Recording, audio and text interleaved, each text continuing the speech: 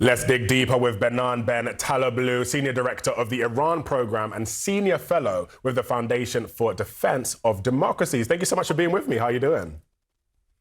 Pleasure to be with you. Thanks for having me. All good. So let's get into this. What are the main objectives of each side going into these talks? Make no mistake, President Trump's been quite clear. He wants the Islamic Republic of Iran not to be able to have a nuclear weapon. That's the main U.S. objective here. The question really is how to get there.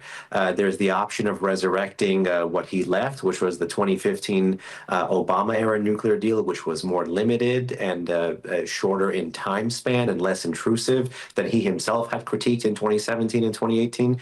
And then, of course, there's the full dismantlement or disarmament model that some members of his administration have articulated, occasionally Steve Witkoff, but mostly National Security Advisor Mike Waltz and Defense Secretary Pete Hegseth. The challenge with that more comprehensive approach is, despite it being more necessary given the facts on the ground, particularly in 2024 and 2025 with respect to the regime's nuclear program, the Islamic Republic is likely to put up quite a big fight at the negotiating table, because historically, even when they enter talks with a weak hand, they do tend to leave them with a strong hand.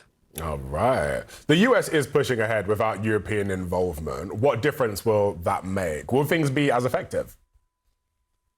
Well, no doubt the U.S. has the bulk of the sanctions leverage here because it's President Trump's turning back on of those maximum pressure economic sanctions. But certainly the year 2025 is a year of decision on Iran's nuclear program because many of America's transatlantic partners, France, Germany, United Kingdom, hold the keys to the UN sanctions, which if not snapbacked or restored by October of this year, would expire. And what President Trump could benefit from is really multilateralizing his maximum pressure policy. And I think despite the U.S. having the economic leverage, it would really behoove itself to build political leverage here as well. Also, regardless of a Republican or a Democrat being at the helm, any time in the past decade or decade and a half, the Iranians and the Americans have had a bilateral channel. The Iranians have gotten the better of the Americans, and President Trump would do well to remember that history.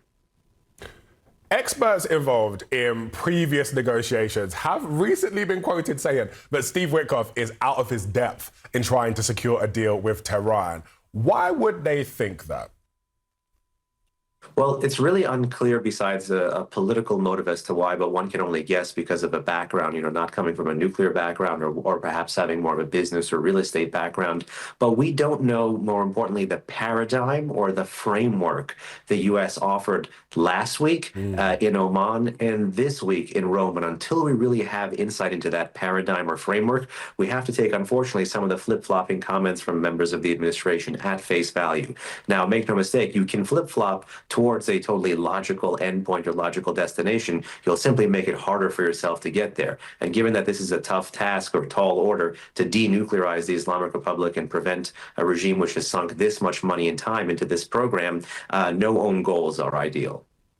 And meanwhile, what role will other nations like Russia and Israel play in making these deals happen? And how have their recent moves influenced what's going on now?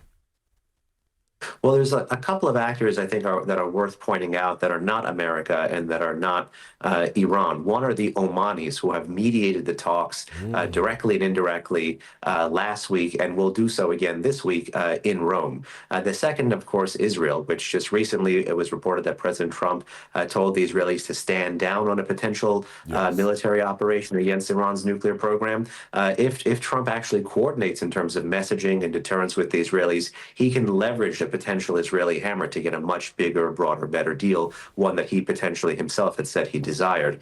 Then there's, of course, the Russians, who for many years have been Iran's lawyer on the international stage. And really, this has been magnified since the 2022 Ukraine invasion by President Putin. So expect the Russians to be coaching the Iranians and to really be in their corner on this one.